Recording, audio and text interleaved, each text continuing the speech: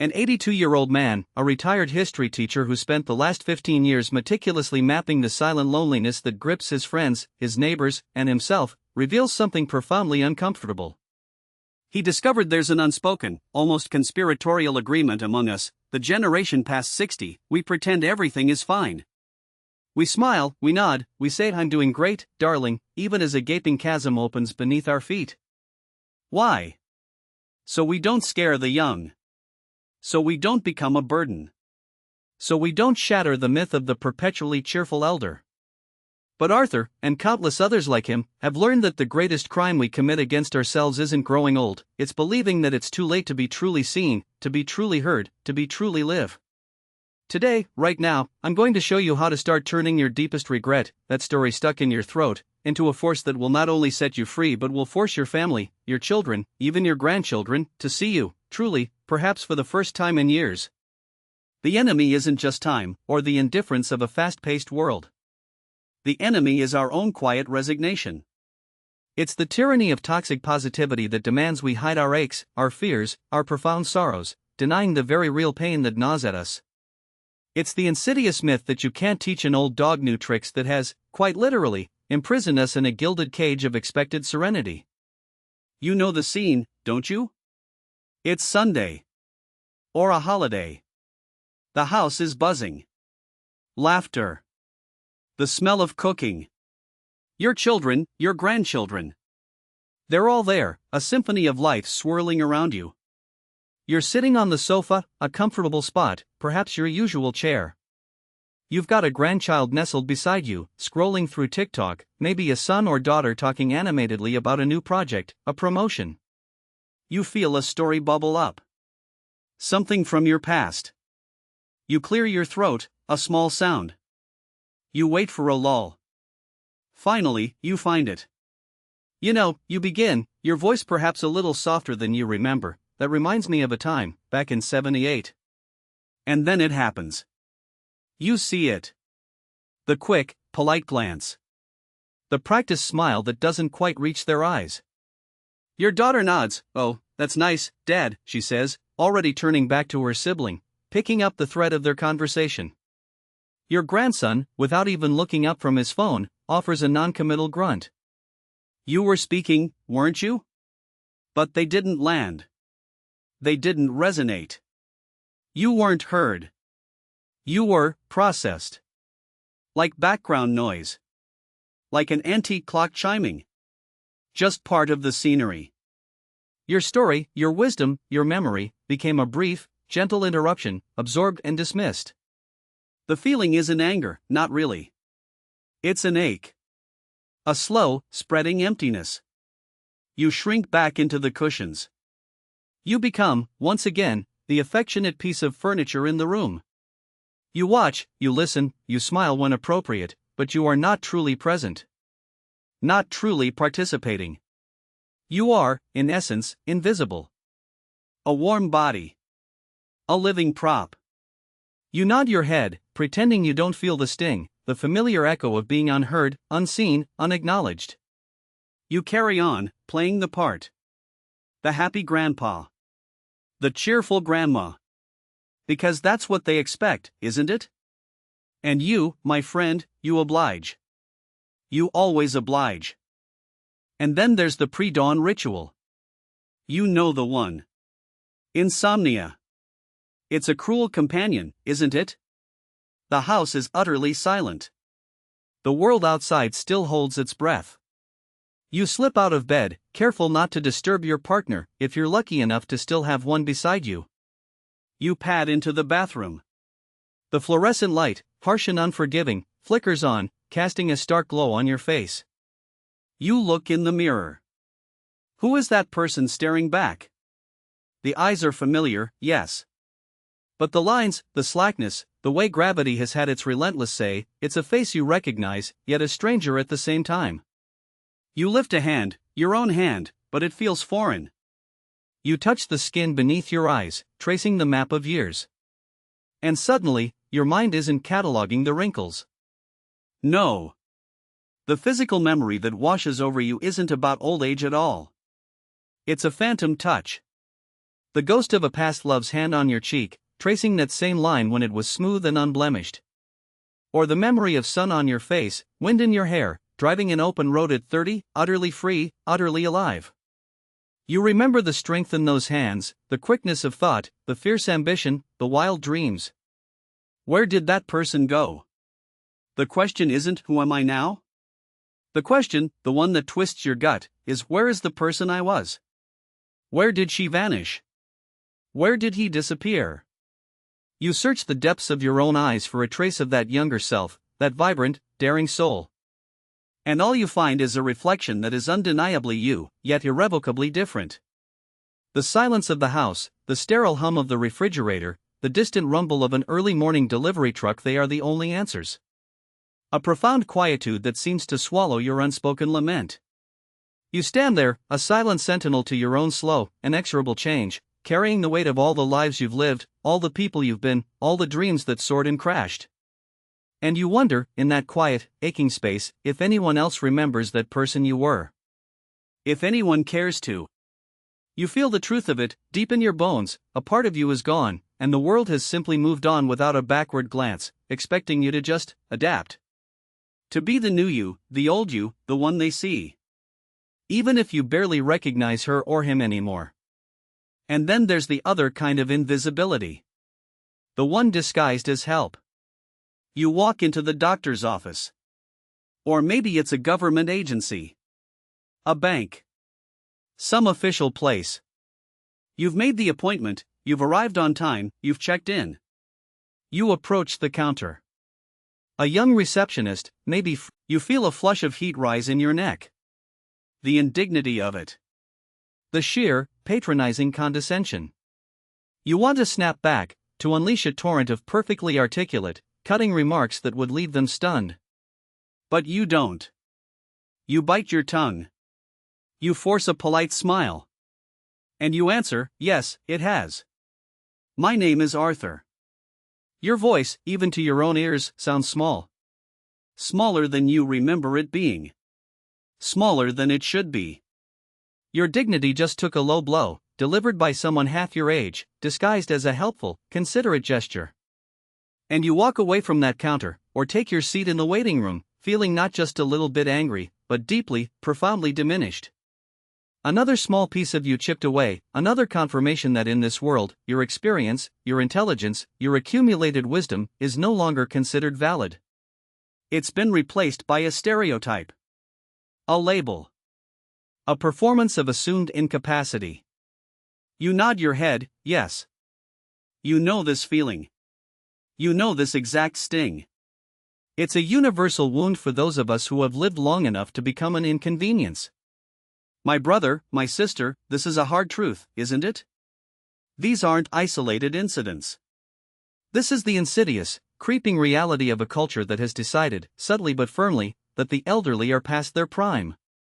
We are seen as commodities to be cared for, perhaps, but not as vibrant, contributing members of society with insights and desires. This is the tyranny of the modern rush, a world that has no time for nuance, no patience for a story that takes longer than 30 seconds, no capacity for the deep, complex tapestry of a life well lived. It's the fallacy that old people can't learn new things, a destructive myth perpetuated by those who've never bothered to look past the surface. And here's the most painful part, we comply.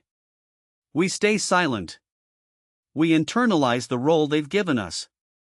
We retreat. We dim our own light. We believe, even unconsciously, that our time for meaningful contribution, for deep connection, for exhilarating new experiences, is over. We accept the benign neglect, the infantilizing tone, the dismissive smiles. We agree to be the happy prop. We agree to be unheard. We agree to be invisible. But what if I told you that science itself contradicts this narrative? Studies, real, peer-reviewed studies on aging brains, have consistently shown that our minds, even in our later years, crave novelty, complex challenges, and above all, deep, authentic human connection. Not childish pastimes. Our brains are hungry for purpose, for meaning, for the richness of genuine engagement. And countless interviews with centenarians reveal a consistent lament: it's never about money they didn't earn.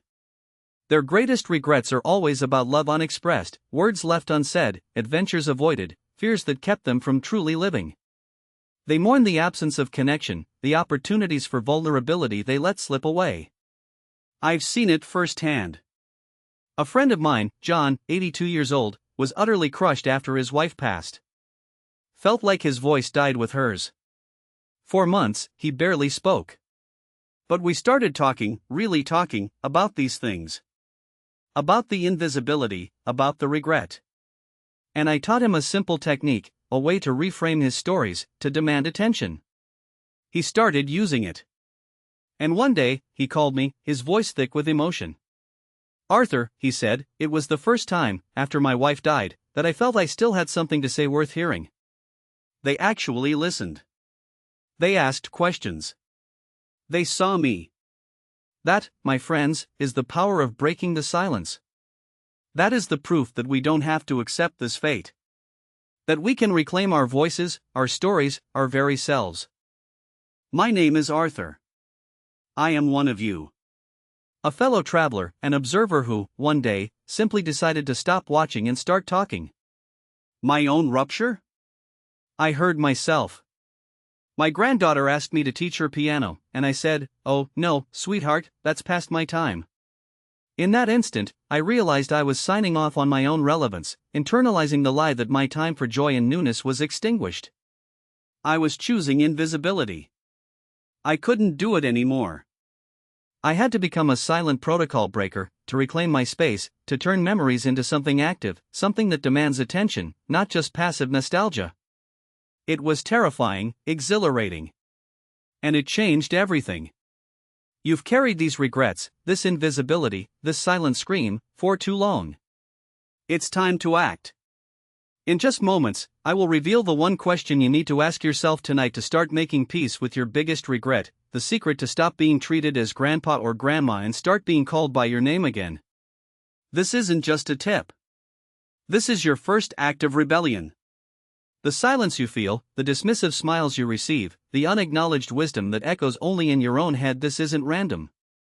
It's not simply the inevitable consequence of gray hairs or a slower gait. No. This, my friends, is the shocking truth, the hidden mechanism of social erasure operating in plain sight.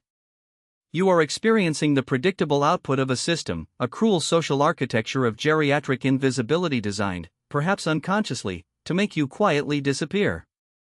Understand this engine of dismissal. It's not just individual rude children or an uncaring receptionist. That's the surface. Beneath it lies a meticulously woven silent script of social redundancy, a narrative that dictates your diminishing role in the grand scheme of things. This isn't benign neglect, it's the poison of benevolent ageism, a subtle, pervasive bias that assumes your usefulness has expired, your insights are outdated, and your vibrant inner world is, at best, a charming relic. The casual micro-dismissals you endure are not isolated slights, they are death by 1,000 gentle cuts, slowly but surely severing your connection to the present, to relevance, to your very identity. This is implicit age bias, a conditioned reflex in a society obsessed with youth, progress, and speed, where anything that slows down or looks back is implicitly deemed less valuable.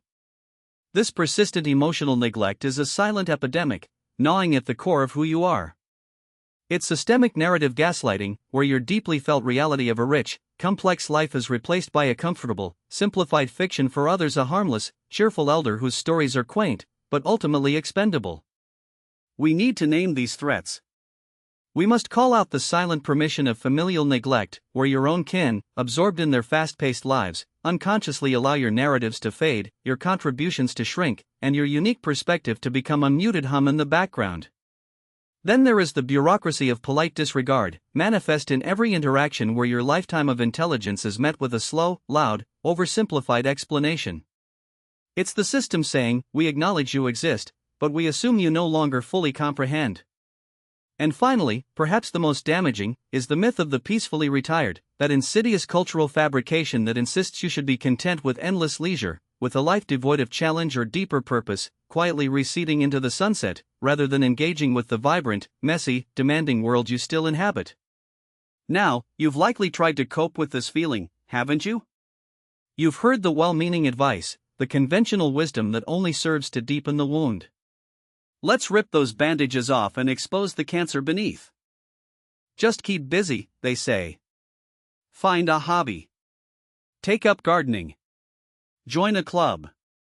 This is emotional pain management with band-aids.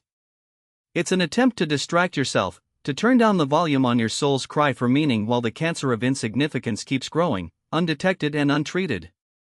A hobby fills time, yes, but it doesn't fill the gaping void where your purpose used to be, where your voice longed to be heard, where your unique perspective yearned to contribute. It's a palliative, not a cure. Ask anyone who has spent years staying busy if the quiet hours of the night are truly peaceful or if they are haunted by the question, did my life truly matter today? Am I still needed?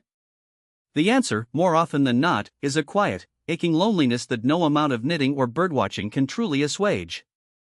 It's just aging. Be positive is another one. This is perhaps the most insidious, because it dresses up surrender in the clothes of wisdom.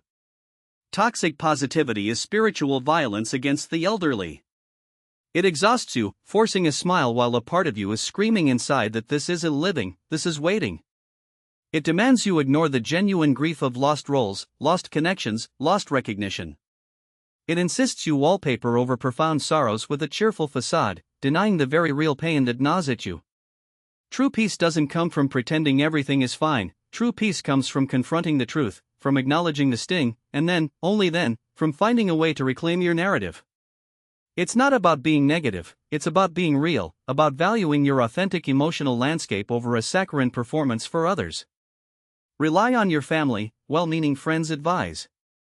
They love you. They'll take care of you. While family love is a precious gift, relying solely on them for your sense of worth and connection can often be a recipe for resentful dependency. It may provide you with company, yes, but it can inadvertently sever the last threads of your autonomy and dignity, reducing you to a role of passive recipient rather than an active participant. Love should feel like mutual respect and genuine engagement, not like charity or a filial duty. You shouldn't have to contort yourself, perform cheerfulness, or censor your deeper thoughts just to maintain that fragile connection. You deserve to be seen as a whole, independent, valuable person, not merely a beloved relative who needs looking after. And then there's the ultimate surrender, just accept it, or it is what it is. This, my friends, is a mandate for surrender disguised as wisdom. Acceptance is a powerful tool, but it is meant for things you truly cannot change: the weather, the past, the fact of mortality itself. Your voice, your story, your need to be seen, your desire for deep connection, your longing for purpose, these are not things to passively accept losing. This phrase, it is what it is the grease that keeps the machine of your marginalization running quietly, smoothly, without a single hitch. It lulls you into believing that your diminishing stature is a natural order, when in reality, it is a cultivated social construct. It allows others to comfortably dismiss you, knowing you've already dismissed yourself. But what if I told you there's a different way?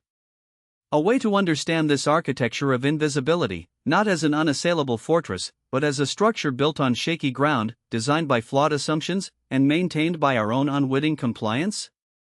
My journey, the one that led me to understand these deep-seated mechanisms, wasn't unique to me. It began with recognizing the individual pain, the quiet desperation I saw in my friends, my neighbors, and myself. But as a history teacher, I knew that patterns, once identified, reveal deeper truths. I started looking for the patterns in human behavior, the unwritten rules that dictate how societies treat their elders. And what I found was horrifying, yet liberating. Gerontologists and social psychologists, starting as far back as the 1970s and 80s, began mapping what they termed the psychic violence of role loss.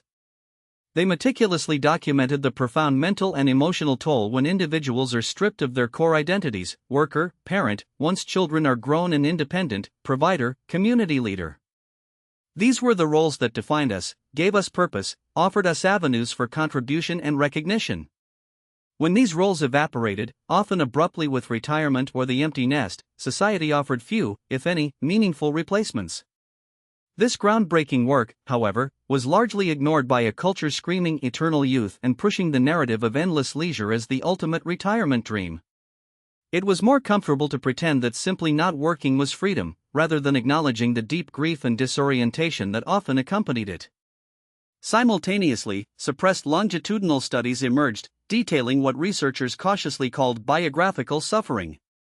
These studies traced the physical and mental toll on individuals whose life narratives were deemed irrelevant by those around them. They showed a direct correlation between the feeling of being unheard, of having your personal history dismissed as old news, and an increase in depression, anxiety, and even accelerated cognitive decline. It wasn't just about memory loss, it was about the erosion of the meaning of memory, the removal of the audience for your life's story. But the understanding didn't stop there. I dove into history, into anthropology. I studied ancient strategies of elder integration and wisdom transmission preserved in traditional societies. These cultures, from indigenous tribes to ancient civilizations, inherently understood that a community that silences its elders is a community that has severed its own roots and is destined to wither.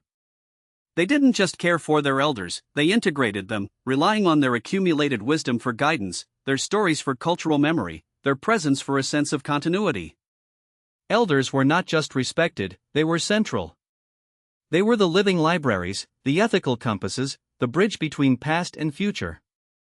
Their narratives were not just tolerated, they were sought out, celebrated, and woven into the very fabric of communal life. This profound understanding, forged from personal observation, psychological research, and historical wisdom, led me to a powerful insight, a strategy one called the Narrative Reclamation Protocol. This isn't about blaming anyone. It's about illumination. The Narrative Reclamation Protocol teaches you to see the invisible social wires that have been subtly pulling you to the sidelines, defining your worth by outdated metrics, and encouraging your retreat. It shows you the patterns in your own silence, the moments where you have, perhaps unconsciously, agreed to your own marginalization. It disarms the internalized trap of "my time is over" before it snaps shut on your remaining years, convincing you that your best days are behind you. Instead, it transforms the feeling of being forgotten, of being invisible, into a readable page from society's implicit manual on how to quietly discard people. Once you see the manual, you can rewrite your part. You can refuse to comply. What happens when you engage with the Narrative Reclamation Protocol? The shift is profound, often immediate, and deeply restorative. Imagine this, a scene of transformative reclamation. You sit with a grandchild, perhaps the very one who was scrolling TikTok last time. But instead of telling the same safe, sanitized anecdote they've heard a dozen times, the one that gets a polite nod, you share a real, messy story from your youth. Not a triumphant tale, but a story of vulnerability. Perhaps a significant failure, a profound fear you overcame, a reckless joy that almost went wrong. You speak of the fear you felt, the uncertainty, the sheer audacity of your younger self. And you watch their eyes widen. They lean in, captivated not by the sanitized grandparent character, but by the real you. The flawed, daring, human you. They start asking questions, not out of politeness, but out of genuine curiosity. They meet your gaze, truly, perhaps for the first time, seeing the vibrant, complex individual who built the life they now enjoy. This isn't just a story, it's a bridge, forging a connection rooted in authenticity, not expectation. It's the moment they realize your life wasn't just a series of accomplishments, but a wild, beautiful, courageous journey. Then, there's the breaking of the cycle of silent suffering for yourself. You wake up one morning, and instead of following the empty script of the day, the quiet routine, the internal monologue of regret, you perform one deliberate act of non-compliant presence. You pick up the phone, and instead of calling someone and automatically saying "I'm fine" when they ask how you are, you say something radical. You say, "Actually, I need to tell you something I've never said before." Or, "I've been thinking about something that truly bothers me." It could be a regret, a long-held secret, a frustration, or even a profound insight you've suppressed. The act of voicing your authentic truth, even if it's uncomfortable, is an act of profound self-reclamation. It breaks the internal dam, allowing real emotion, real connection, to flow. This isn't about burdening others, it's about claiming your right to a full emotional existence, to be met with empathy, not just polite dismissal. It's the first ripple in a wave of self-respect that begins to wash away years of internalized silence. And finally, you experience the transformation of loneliness into unshakable authority. You look in the mirror, perhaps during that pre-dawn ritual, and you no longer see a fading person, defined by what's lost or what's expected. Instead, you see a living archive. You see a specialist in a century you helped shape, a survivor of changes, a witness to history, a master of resilience. Your wrinkles are not just signs of age, they are the topography of a map others desperately need to navigate their own future, a testament to every challenge faced, every joy savored, every sorrow endured. Your voice, when you choose to use it, becomes not an interruption, but a declaration. You stand tall, not just with the authority of experience, but with the profound, undeniable authority of someone who has stared down the architecture of their own invisibility and decided to burn the blueprints. You are not a relic, you are a cornerstone. You become the one who understands, the one who remembers, the one who can guide. The loneliness doesn't vanish entirely, perhaps, but it is transmuted into a quiet strength, an internal reservoir of self-knowledge and an unshakable sense of purpose. This is what happens when you reclaim sovereignty over your own story and your remaining time. This is the profound internal shift. It's not about being noticed for the sake of ego, it's about being seen for the sake of your soul, for the sake of your legacy, for the sake of the vibrant, wise person you still are. This knowledge, this understanding of the social mechanisms at play, and the protocol to counteract them, is dangerous. Dangerous, that is, to the status quo of comfortable neglect. It demands engagement, authenticity, and respect, things that a fast-paced, youth-obsessed world often finds inconvenient to offer. This isn't for everyone. It's for those who are truly ready to stop waiting, to stop shrinking, and to start living with audacious visibility. If you're still with me, if your gut is telling you this is right, then you are one of the few who are ready to take back what's yours. The clock is ticking, my friend. Not just the clock of life, but the clock on your opportunity to rewrite your narrative. When your time comes, and it comes for us all, the difference won't be in the number of years you had, but in the ownership you claimed over the story of those years in the final chapter. I am about to give you the first practical step to disarm the invisibility trap. The very first question you need to ask yourself tonight, one that will begin to unravel years of silence and set you on the path to reclaiming your voice, your presence, and your power. Do not miss this. This psychological architecture of invisibility, once seen, cannot be unseen. But seeing is only the beginning. The real power, the pathway to reclaiming your voice and your agency, lies in dismantling it, brick by painful brick. And the very first brick we dislodge is the foundation of your silence, transforming moments of quiet resignation into precise acts of forensic observation. Now, here is the key to disarming dismissal, the narrative reclamation drill. This isn't some complex psychological intervention, it's a simple, free, and intellectually undeniable first step, a powerful proof of concept you can implement immediately. For one single week, you commit to carrying a small notebook and a pen. This notebook is not for your shopping list, nor is it a diary for vague grievances. It is your forensic tool. Every single time you feel that familiar shrinking sensation, that gut-level recognition of being overlooked, the abrupt interruption of your story, the patronizing tone that minimizes your experience, or the conversation that simply moves past you as if your presence were immaterial, you don't just swallow it. You don't let it fester as another silent injury. Instead, you halt, take a breath, and you document it. With one clear, concise sentence, you record the incident: today, at, time, in, context, person/action, used, specific tactic, e.g., infantilization, topic diversion, overlooking, dismissive body language, to enforce, expected role, silence, compliance, absence, agreement. Let me be absolutely clear, this is not journaling sadness. This is not about wallowing in victimhood or seeking validation for your feelings of hurt, though those feelings are absolutely valid. This is an act of intellectual rebellion. This is forensic sociology on your own life.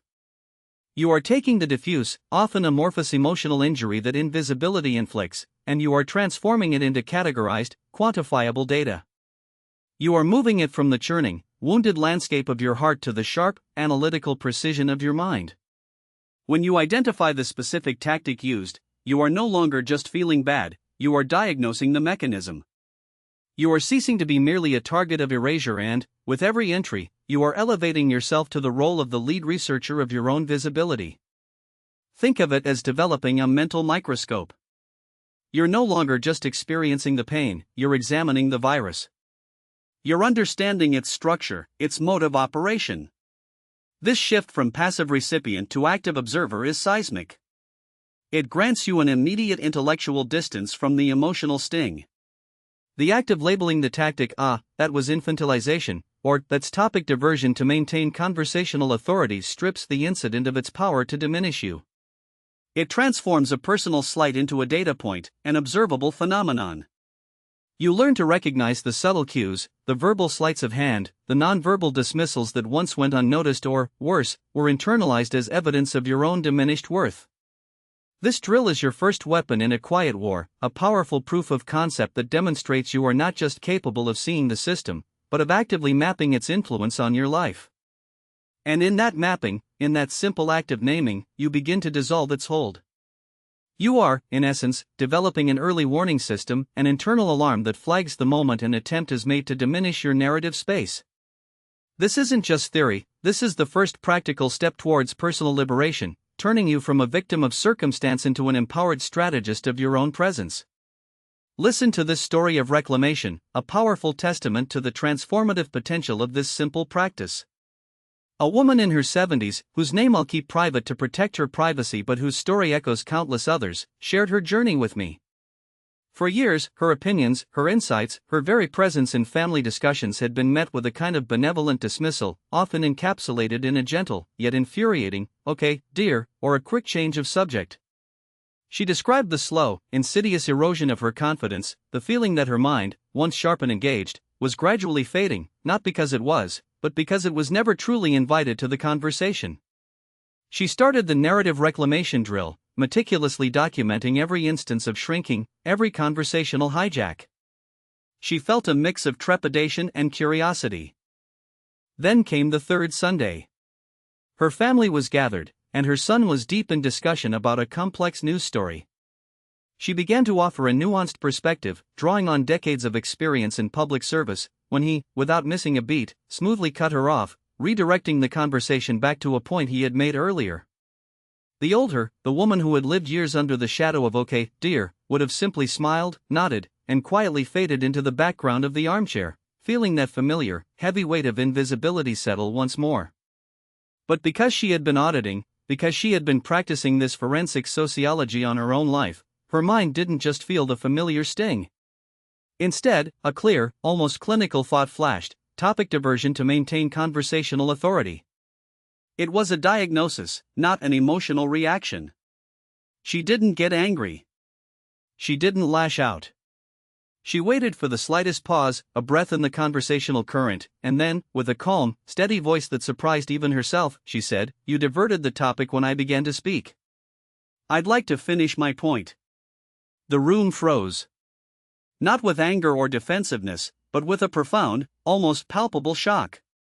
It was the shock of a ghost speaking, not just speaking, but speaking with a voice they had forgotten it possessed, articulating a truth that had been silently endured for years. Her son stammered an apology, genuine in its surprise. The conversation shifted, awkwardly at first, then with a new, hesitant respect. That night, something remarkable happened. Her son called her. He didn't just make polite small talk. He called to ask her what she really thought about the news story, genuinely seeking her perspective, acknowledging her insights. For the first time in over a decade, she felt heard. Not just as a mom or a grandmother, but as a mind, a woman with valuable thoughts and experiences. That's the shift. That's the immediate, undeniable power of this method. When you diagnose the mechanism of your silence, when you can name the tactic, you don't just get angry, you develop the psychological antibody to it. You move from being a recipient of the behavior to an analyst of it. And from that position of analytical clarity, you gain the power to gently, but firmly, redirect the narrative. This woman's story is not unique, it is a blueprint for countless others who have stepped out of the shadow of perceived invisibility, simply by understanding and naming the tools of their erasure. The calm, authoritative voice she found wasn't born of aggression, it was born of profound understanding and the quiet confidence that comes from knowing exactly what is happening to you, rather than just feeling its effects. This is the re-engagement. This is the reintegration. This is reclaiming your seat at the table of your own life. But you might still wonder, is this truly systemic, or just individual interactions? Are these experiences shared, a pervasive undercurrent that shapes the landscape of late life? The answer, I tell you with absolute certainty, is yes. The evidence exists not just in anecdotal stories, but in the chillingly precise language of corporate strategy. In 2019, a truly confidential report from a major senior living solutions conglomerate was leaked to a gerontology researcher I trust implicitly. Its title was clinical, almost innocuous, Market Optimization, Managing Resident Autonomy versus Operational Efficiency. But the contents, particularly on page 14, offered a stark, unvarnished look at the systemic, engineered nature of the social mechanics you've been feeling.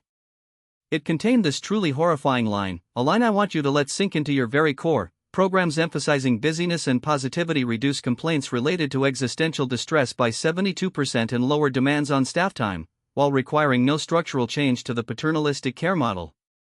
They are the most cost-effective tool for managing the problem of late-life meaning. Let that sink in. The goal of many of the activities and engagements offered within these systems is not necessarily to enrich your life, to foster genuine connection, or to stimulate profound purpose. The primary, stated goal is to manage your discontent. To occupy your time, to keep you superficially engaged with busyness and positivity so that the underlying machine of benign neglect, of paternalistic care, runs smoother. This isn't about fostering true autonomy, it's about minimizing the problem of existential questions that might lead to complaints or demands on staff time. This document, my friends, is the smoking gun. It proves, beyond a shadow of a doubt, that you are not crazy for feeling an insidious emptiness amid the forced smiles and endless bingo games.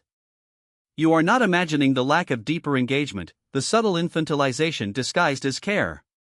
It is an intentional, calculated strategy. It's a blueprint for generating passive recipients of care rather than active, self-determining individuals. This isn't a conspiracy theory, it's a leaked internal memo revealing a cynical yet effective business strategy built upon managing, rather than truly meeting, the profound human needs of later life. Understanding this document, seeing this stark admission, is not meant to breed bitterness. Instead, it offers immense validation. It confirms that the feelings you've dismissed as personal failings are, in fact, responses to a structured, engineered environment. And knowing the blueprint, truly understanding the architecture of your erasure, is the absolute first step to drafting your own, entirely sovereign life plan. It moves the discussion from a feeling of being an isolated anomaly to a shared, systemic challenge that, once recognized, can be collectively and individually overcome.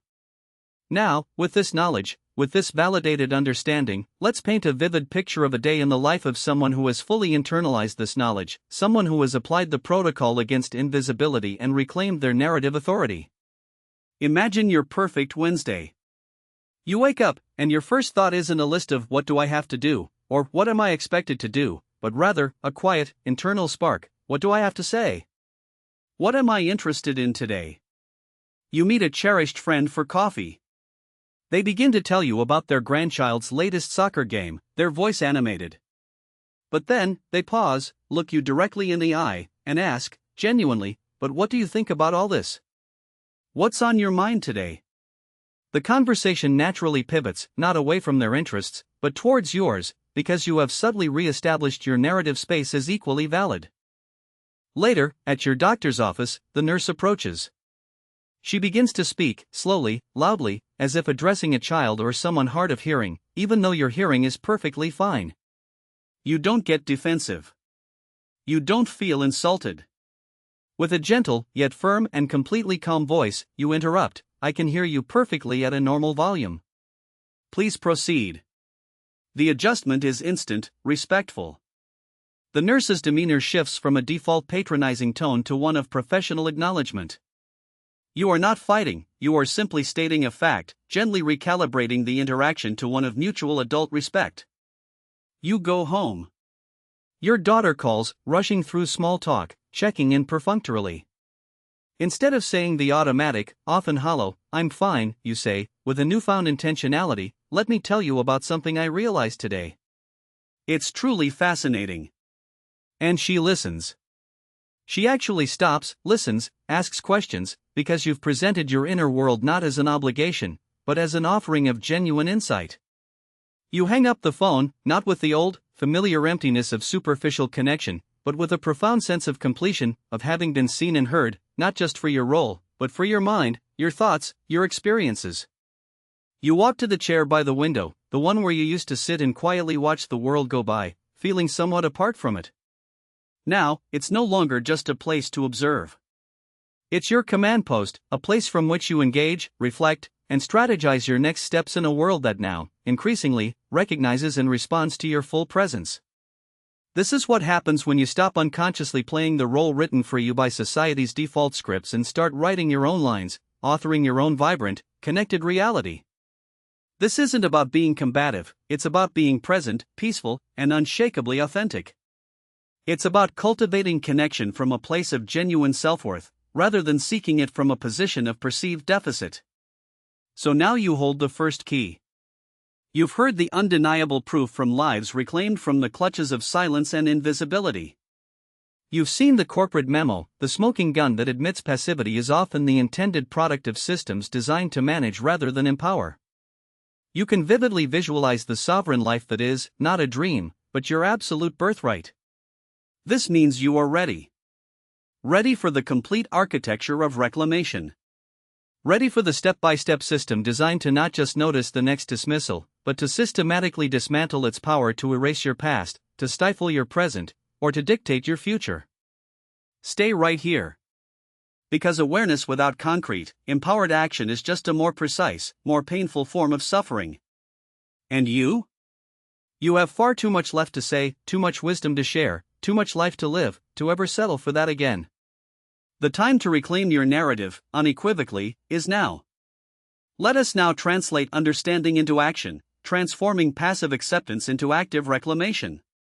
The wisdom we've uncovered, the pattern of dismissal we've decoded, now demands a response that is gentle in its execution but revolutionary in its impact. This is not about fighting battles, it is about cultivating your own sacred ground. It's a complete reclamation protocol, a step-by-step pathway to dismantle invisibility and restore the vibrant architecture of your unique story. These steps are designed with the profound knowing that your spirit remains boundless, even if your physical capacities have shifted. They are psychologically sophisticated, acknowledging the intricate dance of emotion and memory, yet physically simple, requiring only your conscious intention. The first step in this journey of re-sovereignty is what we call the daily sovereignty audit. For the next 7 days, you will implement the naming exercise we discussed, but with a critical upgrade. You won't just note the dismissal, you will categorize its emotional payload, turning a vague sense of unease into precise, actionable intelligence. When someone overlooks you in a conversation, when your perspective is dismissed, when your contribution is ignored, ask yourself, is this a wound of irrelevance, that piercing feeling of being unseen, unheard, as if your very presence holds no weight? Is it a sting of condescension, the subtle, or not so subtle, degradation of being talked down to, simplified, or treated as less capable?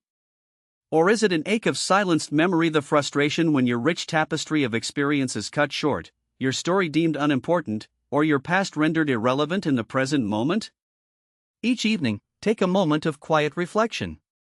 Recall these instances, name the specific emotional category they fall into, and then give it a score from 1 to 5 on how much it truly dimmed your light, how deeply it momentarily eclipsed your inner sun. This isn't dwelling on negativity, it is precision work. It is turning your pain, your discomfort, your frustrations into a map. You are becoming the cartographer of your own emotional landscape, meticulously charting the territories of neglect and affirmation. A map, after all, is not just a description of a place, it is a tool for navigation, a guide that gives you power over the terrain, allowing you to choose your path rather than being swept along by external currents. This process reconnects you with your internal compass, sharpening your awareness of what truly affects you and why. It is the first critical act of taking back control over your emotional narrative, shifting from being a recipient of dismissal to an astute observer and recorder of its patterns. This audit doesn't require physical exertion, only mental presence and the courage to acknowledge your own emotional truth. It is a quiet revolution happening within the chambers of your own mind. Once you have named and scored that moment of emotional impact, you move to the second step, the 60-second reclamation ritual. This is your private, potent alchemy. In that same quiet space, perhaps at the end of your day, or immediately after an incident if you feel able, you perform a brief, internal ritual. Close your eyes, even for a moment. Take a deep, slow breath in, and as you do, consciously, in your mind, you say, I see you, then name the feeling you categorized: the wound of irrelevance, the sting of condescension, the ache of silenced memory. You are a visitor here, not a resident. You came from outside, from a world that sometimes forgets. You do not define my home. Then, breathe out slowly, and as you exhale, visualize that feeling, that discomfort, that dimming, gently leaving your body. See it dissipate, like mist in the morning sun. Now, breathe in again, a fresh, clean breath. Place a hand on your heart, or perhaps on your knee if that's more comfortable, and whisper, or simply think with profound conviction, one true thing about yourself that the moment tried to erase. Let it be a truth that resonates deep within your being, an undeniable facet of your identity forged through a lifetime of experience. Perhaps it's, I am a teacher, and my lessons live on. Or, I built a home, brick by brick, love by love. I know how to fix a stubborn engine, and I have fixed countless problems. I love deeply, fiercely, and my capacity for connection is infinite. Or simply, I am a survivor. I have navigated change and loss with strength. This ritual is your psychic broom. It doesn't deny the dust of other people's disregard, but it meticulously sweeps it out, reaffirming the permanent, unshakable furniture of your soul. It reinforces your inner landscape, reminding you that while external forces may attempt to redecorate, the core structure, the foundation of who you are, remains inviolable. This isn't a complex meditation, it's a simple, powerful act of self-reparenting, reminding yourself of your inherent worth when the outside world attempts to diminish it. It is an act of gentle, deliberate self-care that strengthens your internal resilience. Finally, we arrive at the third, proactive step, the microscript of presence. This is your practical, gentle, yet unassailable tool for the next encounter, your quiet armor for navigating social spaces. Based on the categories you identified in your daily sovereignty audit, you prepare one simple, gracious, and unassailable sentence for each. These are not aggressive retorts, they are planks of your own presence, laid down calmly and deliberately in the flow of conversation. For the wound of irrelevance, those moments where you are overlooked, your prepared script is, I'd like to add something to that, if I may. Delivered calmly, with a gentle but steady gaze. For the sting of condescension when you are talked down to or your capabilities are understated, your responses, I appreciate your help, but I've got this. Or, thank you for your concern, but I've handled situations like this many times. And for the ache of silenced memory when your rich history is dismissed or ignored, it's simply, that reminds me of a time. And you just begin speaking, calmly, sharing your relevant experience. You are not starting a fight or engaging in an argument. You are not demanding attention with force. Instead, you are graciously, but firmly, inserting yourself back into the narrative, laying down a plank of your own presence in the conversational flow. You are teaching people, through your consistent, calm action, how to be with you, how to truly see and hear you. These microscripts are small acts of assertion that, over time, rewire the dynamics of your interactions. They require a moment of courage, yes, but they harness the power of consistency and quiet determination. You are not just reacting, you are proactively shaping the environment around you, one gentle, firm statement at a time. It's about building boundaries with words, creating space for your voice without needing to shout. Let us explore the profound justifications for each of these steps, anchoring them in the core emotional needs that resonate deeply within the human spirit, particularly as we navigate the later chapters of life, autonomy, legacy, and connection. Step 1, the daily sovereignty audit, profoundly restores cognitive control. It takes the vague, amorphous fog of feeling bad or feeling invisible and transforms it into specific, measurable data. This act of categorization and scoring is an exercise in mental mastery. When you can name the specific type of dismissal, when you can assign it a numerical value of how much it affected you, you move from being a passive recipient of external judgment to an active analyst of your own experience. This process directly fights the insidious feeling of helplessness that often accompanies social erasure. Helplessness thrives in ambiguity, it withers in the face of clarity and self-awareness. By understanding the precise nature of the wound, you gain the power to address it, to understand its triggers, and to recognize its patterns. This is not about dwelling on past slights, but about charting a path forward, armed with knowledge. It empowers you to discern when an interaction is truly dismissive versus a simple misunderstanding, allowing you to conserve your precious energy for moments that truly matter. It reclaims your intellectual agency, asserting that your perception, your emotional truth, is valid and worthy of meticulous examination. Step 2, the 60-second reclamation ritual, is profound emotional hygiene for the soul. In a world that often tries to diminish the worth of older individuals, this ritual creates a sacred, inviolable, private space where the world's narrative about aging is replaced entirely by your own truth. It is a sanctuary you carry within you, a silent retreat where you can metabolize the daily onslaught of disregard and transmute it back into self-worth. By consciously acknowledging and releasing the external narratives, you are a visitor, not a resident, and then affirming your own intrinsic value. I am a teacher, I built a home. You are actively repairing the fissures that social erasure attempts to create in your self-esteem.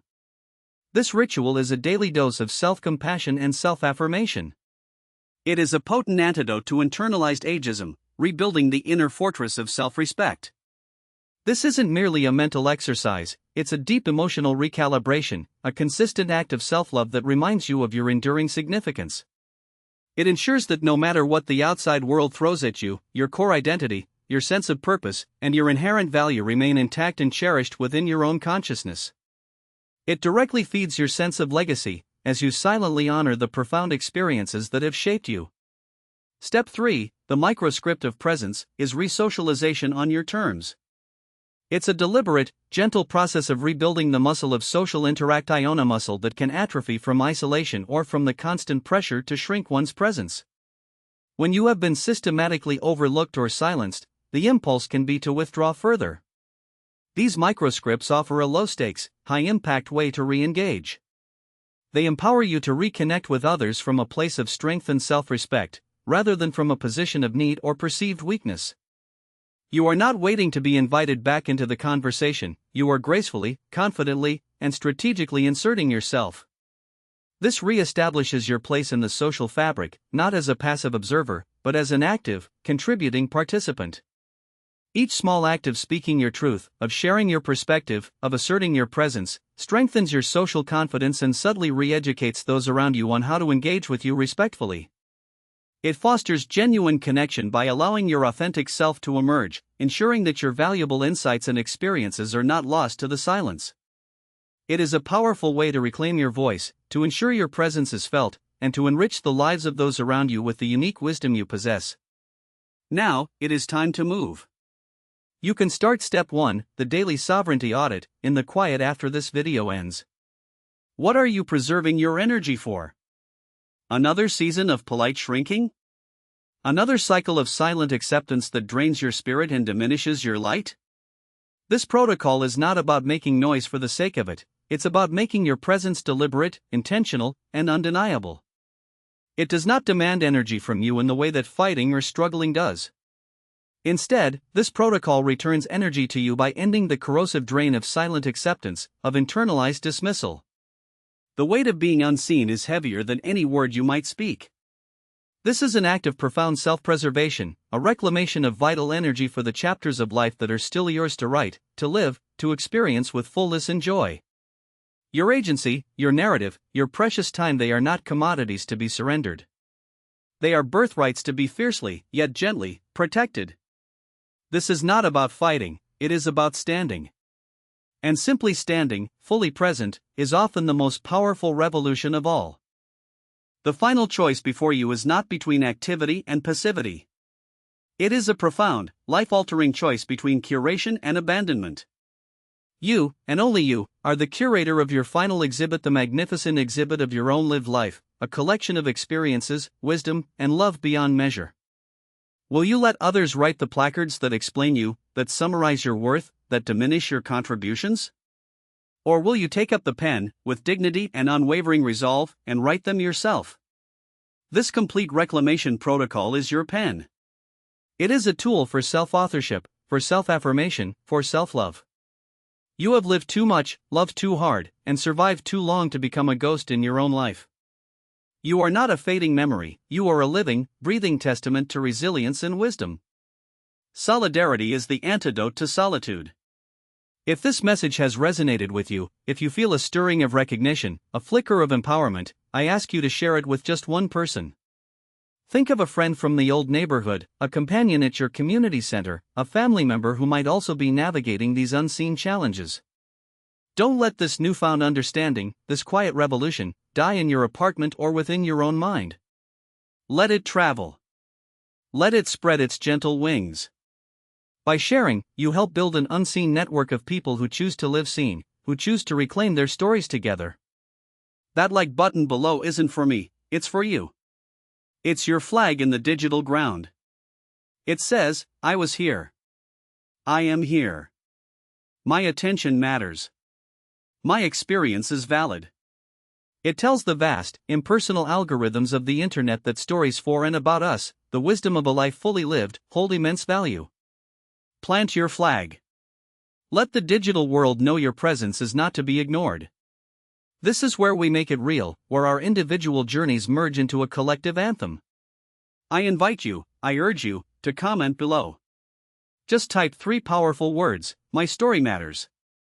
Let's create a scroll of affirmation, a digital testament that anyone feeling invisible can read and instantly feel less alone, more connected, more visible.